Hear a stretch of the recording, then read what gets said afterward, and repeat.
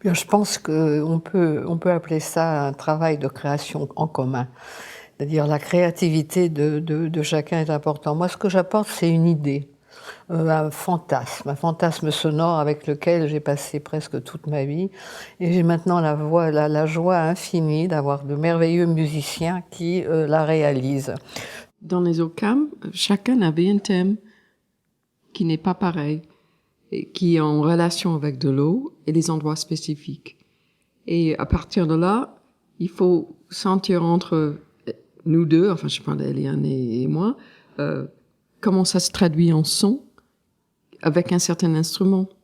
C'est ce que j'explique les premières fois où on se voit. Les solos, solis comme vous voulez, c'est extrêmement important parce que c'est ce qui permet d'avoir ce contact très proche d'un échange immédiat. C'est-à-dire que nous sommes, je dirais, un en trois, l'instrumentiste, moi et l'instrument. Et on a travaillé autour de ça, et puis je suis allée voir cet endroit. Et ça m'a changé complètement la façon d'aborder l'image, d'une part, et aussi quelque chose beaucoup plus loin que l'image, c'est-à-dire l'énergie de l'eau qui doit aller à la mer. Donc ça génère une autre façon de jouer la musique, si on veut l'appeler comme ça, des sons. C'est une autre façon de traduire une expressivité en énergie, enfin. Je me rappelle notamment qu'Eliane, une fois avec la même question, elle a expliqué que, en fait, déjà les thèmes, mais aussi le grand thème général, hein, parce qu'il y en a aussi des images d'inspiration. Ça, c'était comme un échafaudage, en fait. Hein, donc, ça nous aide à faire une pièce. Et après, on les oublie, comme ça, hein, parce que la pièce est là.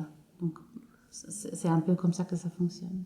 Une partition, on a des chiffres, on voit des endroits où il y a des petits problèmes, on les travaille, mais une fois qu'on la connaît, on peut la ranger. Mais éventuellement, on peut y revenir si on a un problème. Là aussi, éventuellement, si on a un problème, on peut y revenir. Mais en général, on oublie complètement et par une sorte d'alchimie, c'est là. Ça exige une virtuosité qui est de celle qui ne se voit pas, la virtuosité conçue en tant que rapidité d'exécution, mais c'est de la virtuosité sur un très intense, comment dirais-je, une intense concentration pour véritablement... le mot m'échappe, sculpter le son de façon très légère et très précise. Et ça, c'était le grand changement dans ma vie, hein, vraiment, de cette rencontre avec ces merveilleux musiciens qui me demandent en plus, parce que moi, jamais j'aurais osé leur demander. Jamais. Alors, ils me demandent, ils m'apportent une joie et un bonheur fantastique, et vous voyez, ils disent des choses extraordinaires sur cette expérience. Alors donc, je suis heureuse. Merci.